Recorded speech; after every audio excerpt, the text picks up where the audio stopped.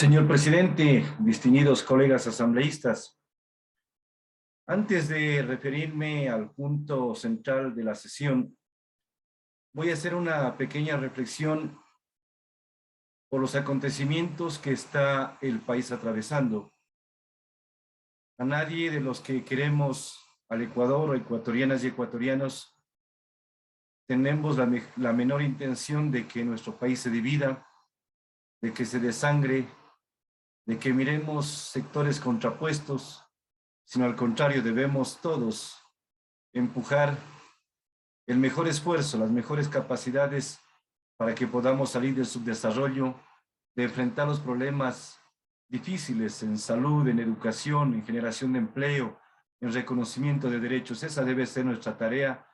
de cada uno de nosotros en todos los ámbitos, sin perder de vista el derecho que tenemos a la resistencia, a la protesta social civilizada, con respeto, y lo propio, el Ejecutivo, el Gobierno, administrar el Estado, atendiendo las demandas y los clamores ciudadanos. Debemos todos impulsar mecanismos de diálogo, de reconciliación que demande el Ecuador. Yo creo que ese será el camino idóneo que encontremos para que el día de mañana las generaciones que preceden nuestro camino se sientan por lo menos representados de que se deja allanado una patria en donde los derechos no se conculquen, sino que más bien se respeten. Todos creo que estamos en esta tarea. Yo no veo animadversión absolutamente de nada, sino al contrario, cada uno exigiendo lo que le corresponde y también demandando sensibilidad a las autoridades que tienen que atender el clamor popular. En relación con las reformas que se están hablando en este momento del Código de Ordenamiento Territorial, Autonomía y Descentralización, yo debo felicitar a la Comisión por permitir que se recojan algunas observaciones y sugerencias importantes, como la que hemos escuchado. El COTAD se encargó en su momento, hace varios años atrás, de recopilar normas un poco dispersas de los famosos consejos provinciales, de las alcaldías, de las juntas parroquiales. Hoy está esta normativa concentrada y centralizada. ¿Para qué? Para, sin irrespetar funciones y competencias, concentrar una normativa jurídica que permita a la ciudadanía y a cada uno de los involucrados en la dirección de cada uno de los niveles de gobierno entender sus competencias y sus facultades. Me voy a permitir puntualmente referirme a 3 observaciones o sugerencias para que sean incorporadas, con el compromiso de hacerlas llegar puntualmente en forma escrita y que sean respectivamente canalizadas a través de la comisión. En el texto del informe que está siendo sometido a consideración en primer debate, en el artículo 11 se habla de sustituir el inciso 4 del artículo 130 por el siguiente texto, que con su anuencia, señor presidente, para evitar errores me voy a permitir dar lectura. Los gobiernos autónomos descentralizados municipales definirán en su cantón el modelo de gestión de la competencia de tránsito y transporte público de conformidad con la ley, para lo cual podrán suscribir convenios de cooperación interinstitucional con los gobiernos autónomos descentralizados parroquiales de su circunscripción para la implementación de ventanillas únicas en las instalaciones de estos últimos. Esto es importante que se considere, toda vez que nuestra propia Constitución, el COTAD, contempla los 3 niveles de gobierno: provinciales, cantonales y parroquiales. Y es bueno que se implementen niveles de desconcentración a efectos de que se brinde un mejor servicio, se acerque el servicio público a la ciudadanía, y qué importante que se tome en cuenta también a los gobiernos parroquiales. Lo importante en esta sugerencia, en esta observación de reforma, es de que se contemple en forma muy clara, para efectos de evitar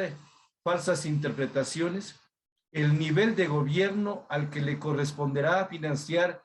el funcionamiento de las ventanillas únicas de la que habla esta reforma,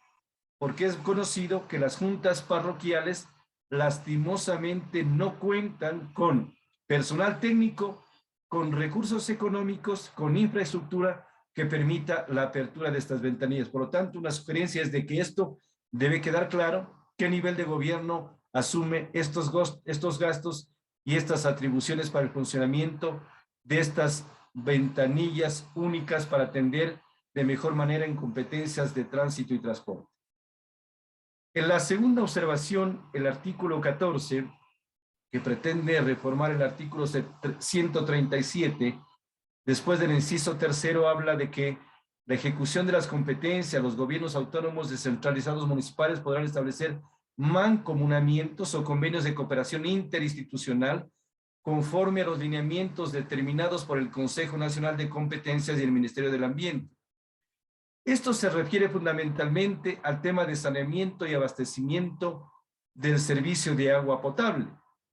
Y es importante considerar que los recursos hídricos no nacen ni recorren solamente por una misma circunscripción territorial, llámese provincial o cantonal. Y qué bueno que este tipo de mancomunamientos o mancomunidades, hermanamientos, pretendan precisamente que se abastezcan o se beneficien dos circunscripciones territoriales que estén continuas, y en base a eso se establecerán mecanismos técnicos para una retribución o compensación. Pero hay que considerar aquí la observación que estamos haciendo quienes vivimos en poblaciones fronterizas, con la experiencia que hemos tenido de estar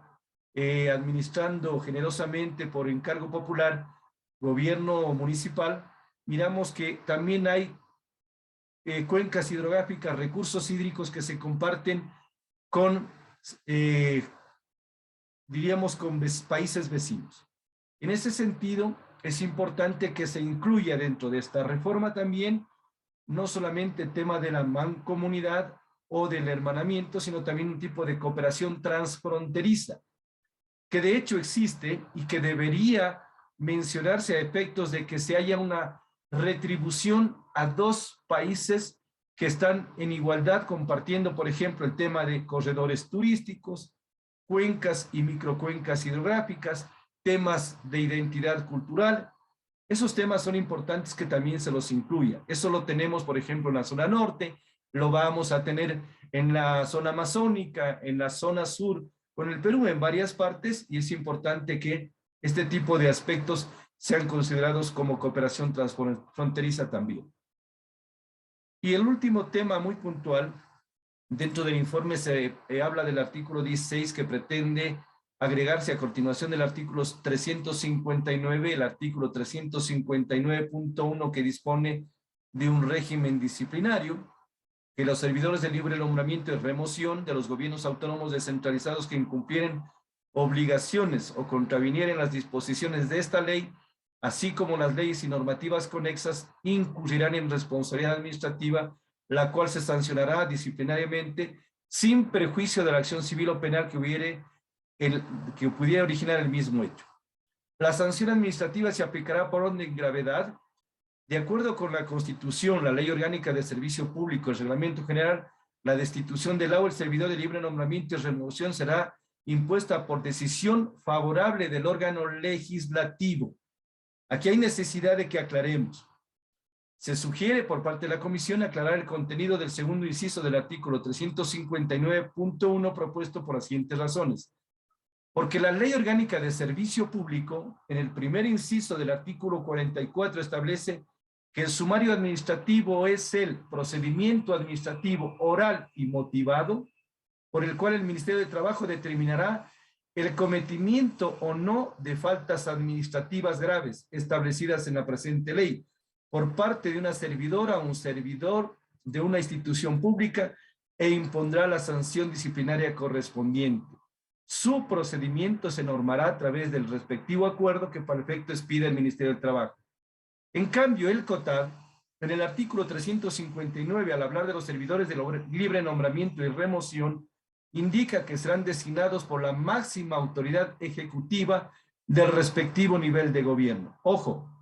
si es la máxima autoridad ejecutiva del nivel de gobierno, hablaríamos en el caso de los gobiernos provinciales del prefecto, en el caso de los gobiernos cantonales del alcalde, de los gobiernos parroquiales el presidente de la junta parroquial. En consecuencia,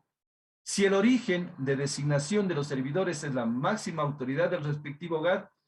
no puede otorgarse la facultad de destituirlos al órgano legislativo, es decir, tiene que ser en el mismo origen de donde nació, es decir, del Ejecutivo, el que tenga esta facultad. Yo sé que van a haber más observaciones, más sugerencias, que todas serán bienvenidas, porque lo que se pretende es fortalecer el Código Orgánico de Ordenamiento Territorial, Autonomía y Descentralización con las nuevas competencias que se vienen asumiendo para efectos de que no haya duplicidad de funciones y tampoco haya pretensión de usurpar funciones o competencias de otro nivel de gobierno. En ese sentido, haremos oportunamente llegar las que creamos oportunas, sin embargo, creemos que estas podrían ser consideradas. Gracias, señor presidente y colegas asambleístas, por permitirme expresar este criterio en cuanto a las reformas del COTAD.